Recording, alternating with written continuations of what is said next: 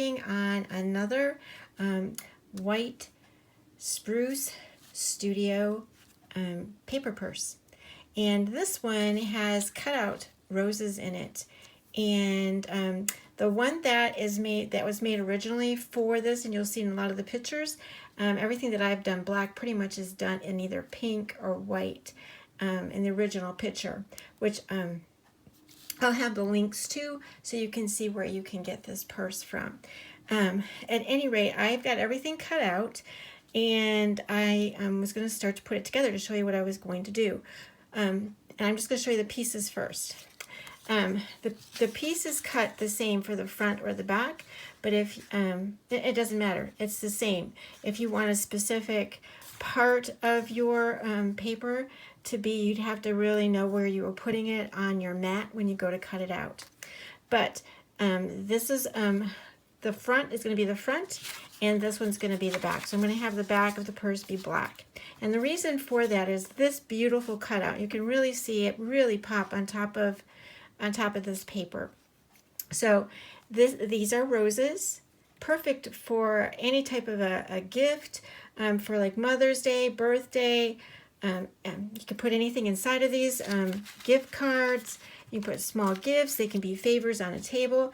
They are basically, let me tell you, I cut mine out so that it would be, let's see, at the top, this one's about 3.5 inches at the top. And once you get it made, it's going to only be about 2 and 3/4.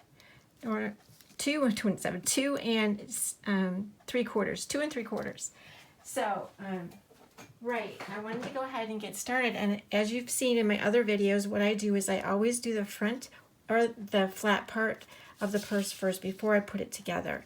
So the first thing really that would go on would be this piece. And I'm going to go ahead and use glue to put that on. And then I'll show you the steps as we go. There's just a little bit of a ridge all the way around, and I don't want it to be that thick. Okay, because the paper that you use, if you use it with a kit, is can be printed with an inkjet printer, and it will react to water or anything water-based, which means if this glue hits it, there's a chance it could slightly alter it, but usually the amount that I have on here, I don't have a problem even if I move it a little bit. So I am going to go ahead and do some in the center here just to have a little bit of anchor to the paper, but not a lot. All those lines do not need to be covered with glue, just little bits. And that's all I'm going to do. And you know what? You don't really have to secure it at all if you don't want to. I'm just going to be doing that. So this is the top part of the front of the purse. And I'm kind of like making it so it looks more like stained glass. That's why I went with the black instead of using a white or any other color. I wanted it to pop. You can use any color to make it pop.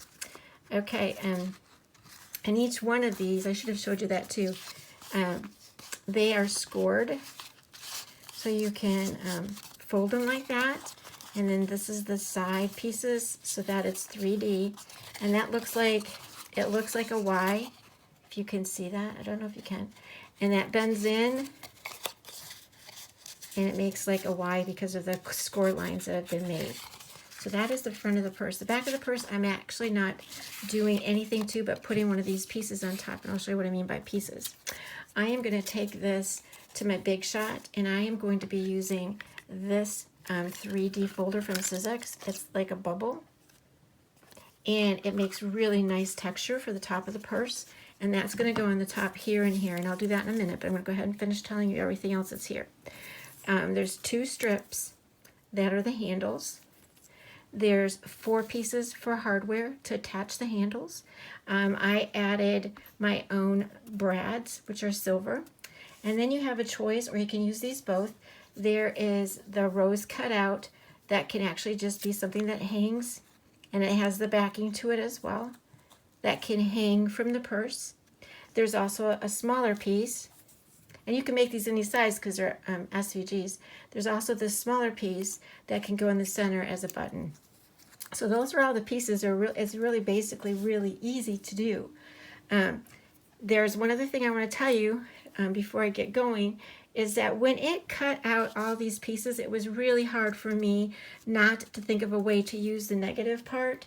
So what I did was I have score tape and double-sided, and what I did was I laid this on top of my Cricut mat, and then they attached to it, and I just pulled it up like that. So I have a chance that I can, once I pull this double side, I'm gonna have to trim it back, and then I'm gonna be putting that on another piece. I cut out another piece for my another purse to put that on the top of here. So that's the plan, and I did that for both the hanging charm that has this little loop on it. I did that with that and that, and they're both on double-sided score tape. So that's my plan, and we're going to get going. But first thing I'm going to do is I'm going to go to my Big Shot and get these embossed, and I'll be right back. Okay, so I'm back, and I wanted you to see how cool this texture is, and it works great to use it for part of the purse. So I've got those all done, and I'm going to go ahead and put these on. You can see how they will look. Really pretty cool, front and back. And I just use the glue to do that. But it really does make a difference if you can do texture on top of what you do. But you don't need to do that. This is just an added idea for you to do. And it looks really pretty cool. Okay, I'm gonna go ahead and do the back one. Now, if I really wanted to be fancy, I could have really done it, the roses on the back as well, but I figured usually it's just standing up and just facing to one side. You usually don't see it on the back side so much. So that piece is on as well. And then, like I said, I can't put them together until I get the hardware and the handles on. So in order to do that, these pieces are the hardware. And then you have your handles. I'm going to move this out of the way so it doesn't. And all you do is for this, is you slide it in that hole. It fits perfectly. Like that. And then you bend that up. So it just wraps itself around there. And then what you do is you come back, put a little bit of glue right there to adhere it on both sides. I'm going to have to put glue on both sides because that'll get that side. And now I'm going to get this back side.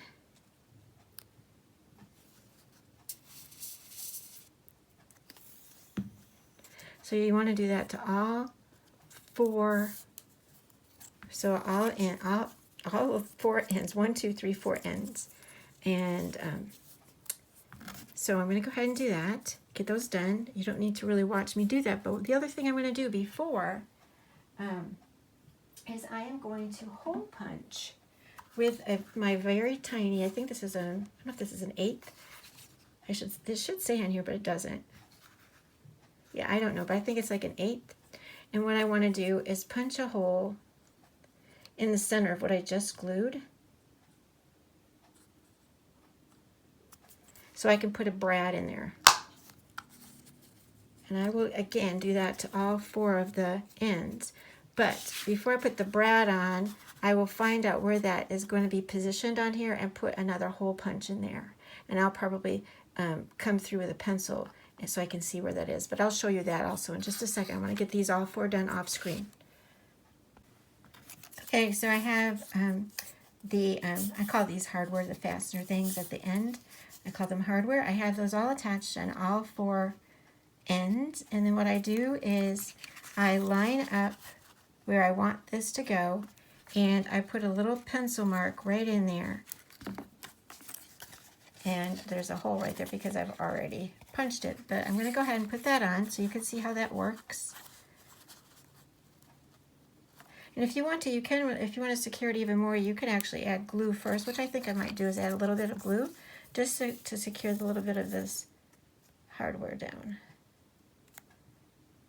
It doesn't hurt to have a little bit of glue on there. And then you line up that hole again.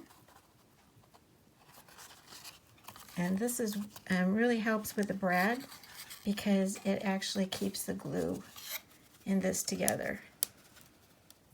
Of course, I always have a problem opening up some of these. Some of these brads don't want to cooperate. There it goes.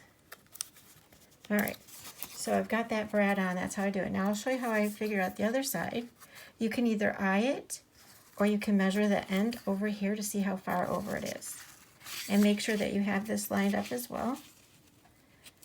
So that's how that's going to go. I'm going to come in there like I showed you with a pencil, make a mark, and you can see that little mark is right there. You might not be able to see it, but I can.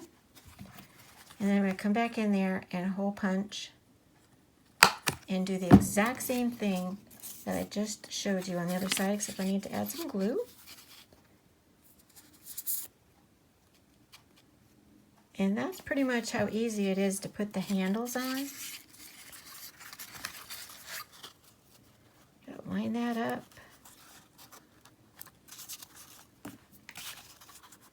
Not lining it up very well, obviously. There we go. Okay, and then add that brad.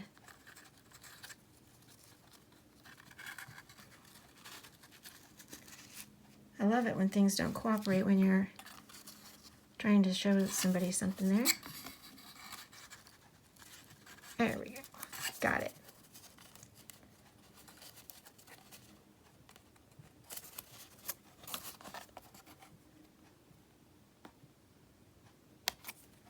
It's like, I don't know that you need to watch me do this part of it because I think everybody knows how to do a brad. Because this one, they're always fussy for me. There. Well, I got one side of it.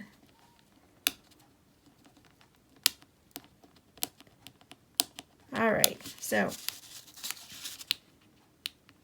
think I can see. There it goes. There we go. All right, so we've got our handle on the one side. I'm going to put the handle on the other side, and I'll be right back. There's another tip I wanted to give you. When you have your handles, if you want them to curl a little bit easier, just kind of pull your finger along it and curl it like you would a curling ribbon, but not really hard.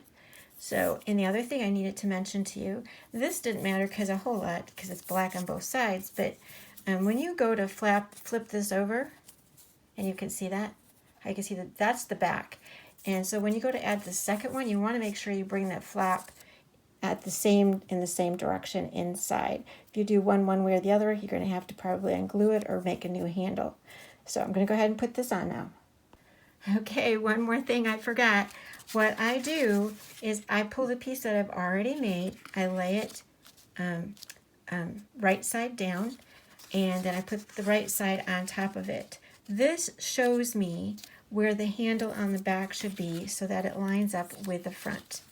So basically that's all I do is I line that up with what I had already done in the front, come in there, make a little dot, just like that, and then I come on this side and do the exact same thing, line that up, make a little dot with my pencil, and then I'm going to do everything I just showed you to put the handle on. Okay, so we have the front and the back done. You can even see how this would make a cute purse by putting anything right here in the front also. Okay, so the next two pieces I want to get done is the cutouts. This one can be a button on the front if that's what you like it to be. And again, I just am going to be putting a little bit of glue around this.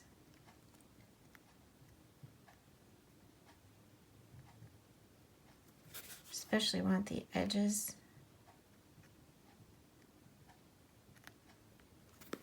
Okay, and this one you need to, well, there's parts that it matches up. And I look at these two little bumps right there, or those two little bumps, looks like the tops of lips.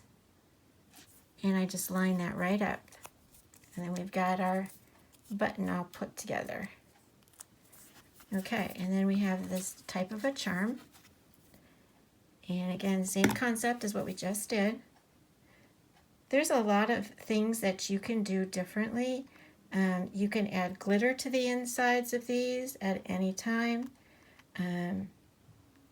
Obviously, you can change out colors, which is what I did from the original in the picture.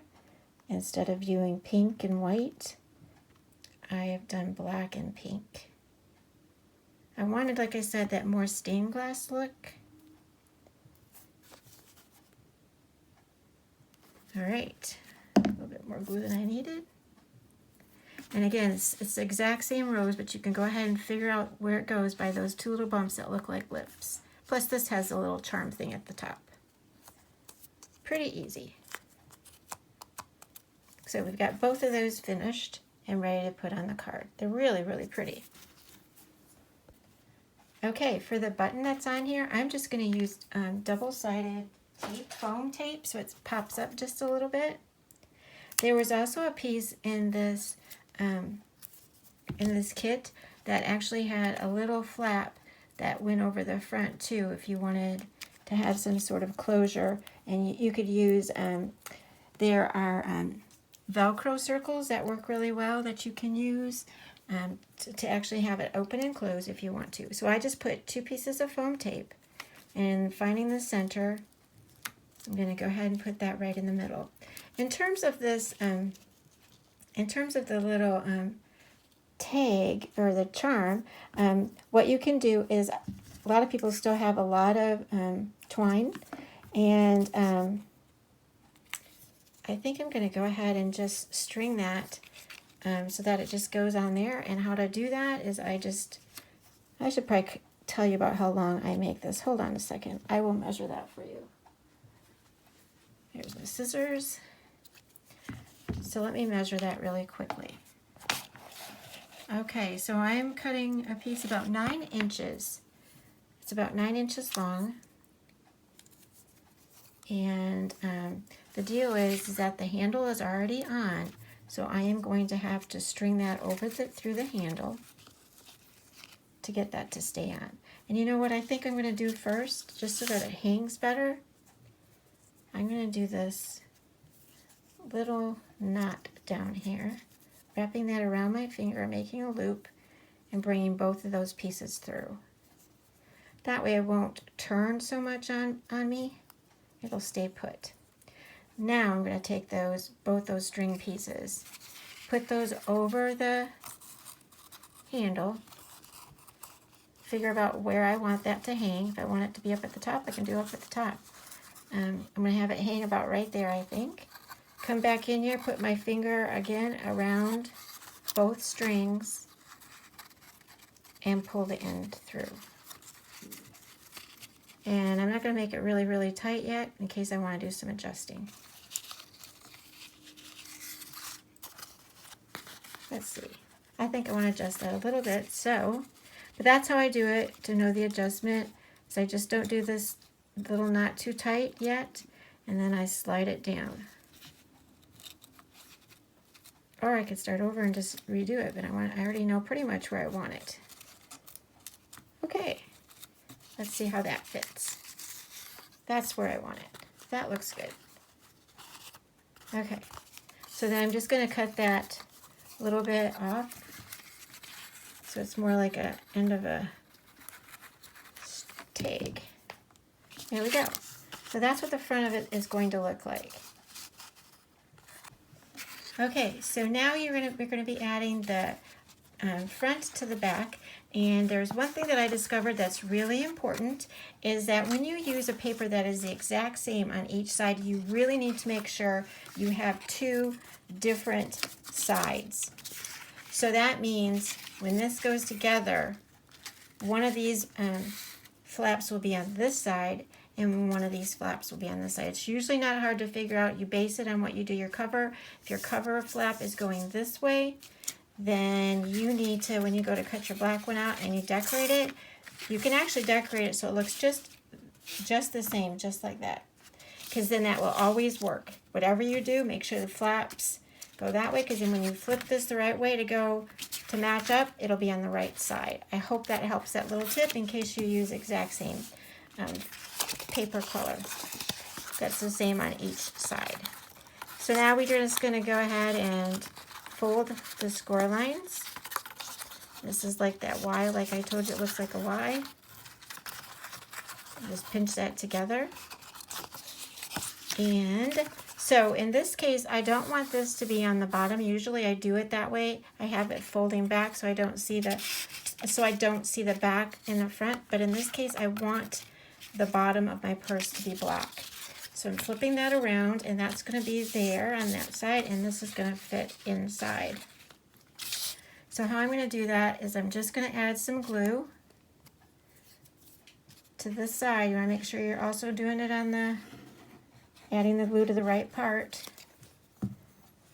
depending on which way you're putting it together. Like I said, normally I would do it the other way around, but because I want the black to be in the back and on the bottom, I'm putting it together this way. So you could actually, it actually shows up really nicely for you, seeing as one side of the purse is white and one side of the purse is black. You just want to line that up to that score line where you folded. So that would be how your purse would go together. And actually I kind of like it this way. When you look to the back, it looks like it's black inside anyway. So now to add these pieces. In order to add these pieces, what I usually do, I don't use my glue, although that gives me a little bit of flexibility as opposed to using the tape. I'm using score tape, and this is 1/8 of an inch. And I'm just putting them on the flaps. Just like that, both sides.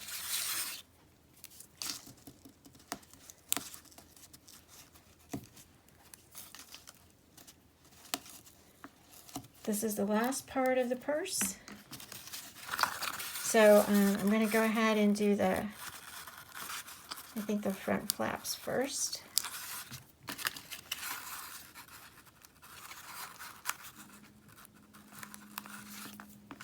Okay.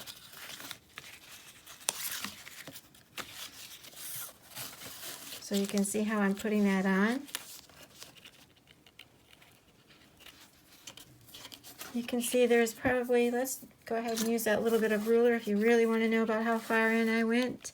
I went in, well, this ruler isn't really cut the right way, so it's hard for me to tell you there. Hold on. Ah, yes, this is right on the edge. So that is about, well, it's not 1/2, so I would say it's more than 1/4. So I would say, I don't know if this is in, oh, this is 132, so I would say just under, well, you can see, I think you can, here, let me put it closer. So you can actually see how far in I put that. It doesn't have to be that. It could actually really truly be 1/4 of an inch. It could be 1/2 an inch. It's whatever you want, honestly. Because it's never consistent with me when I put these together. Because I usually eyeball it. So I just set that one down. So you can see both those pieces are attached just that way. Okay, so now I'm going to be doing the back. Oops, let me get the tape out. Sometimes this is just fiddly. There we go. And really what you can do now is bring it just like this, bring it forward, push those in so they just kind of hold for a second, and then you can go back in there and pinch that tight so that it's attached. And now we have our cute little rose purse.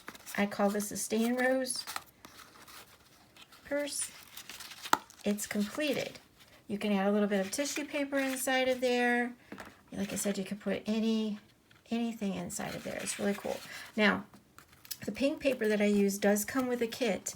And because it's variegated, it has purple on one side, pink in the middle, and then a little bit of peach at the top. It allowed me to have the different colors of roses on here so you could still see them really well. It just depends on how you cut them out. So I hope you enjoyed that. I had fun showing it to you, and I am going to go ahead and make this other one off screen, and I will share a picture of that too so you can see what it looks like using the cutout. Basically what I will be doing is, like I said, I'm going to cut around this and lay that down because it's all sticky underneath. Now this is part here is sticky, so I'm going to shake glitter on top of that. So maybe I should just show you a second, just so that you know what I'm talking about. I think that's probably the best way to do it. Just so you can see, you don't have to throw this away from your cutting mat.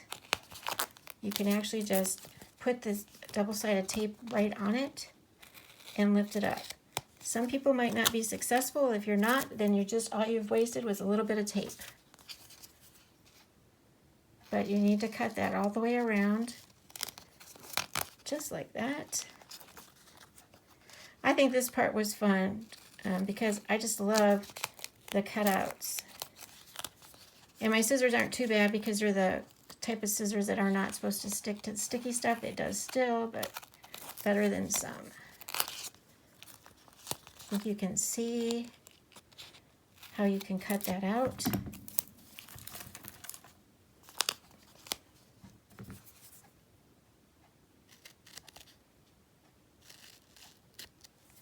All right, so now you have to take this sticky part off the back and still keep this other part on. Can you see how that works? So I have all of that on there.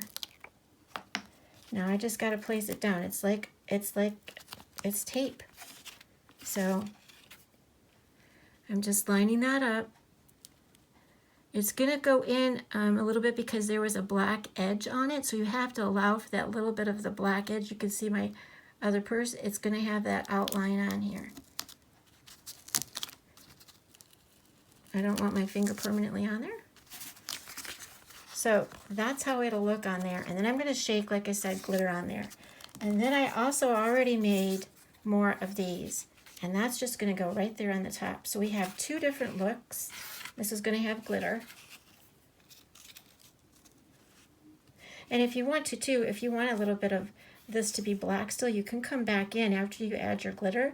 You can come back in on this edge and use your Distress inks and ink the sides up to make them black. And what I would do if you're going to do that is I would fold that flap in and ink up that edge that way. So you don't get it on this, even though it's not really going to show because it goes inside. But see how pretty that is? Both of them. It's like you get to do both, inside and out. Okay, I went ahead and thought I need to show you how pretty this is. I did add the glitter to the top of this, and I think you can see that, how really pretty it makes it. And what I'm going to do is I am going to burnish it just a little bit so that it stays on really well. And how I burnish it is I use this plastic tool and I just go across it to press that in as best I can to make the glitter adhere to all the tape that's behind. That's what I do. So I just wanted to show you how beautiful this can be if you use the negative part of what you had on your mat. And then you just fill that sticky stuff, or the tape, with glitter. So again, I want to say thank you for stopping by. If you could like and subscribe, that would be great. I hope to have some more fun videos for you real soon.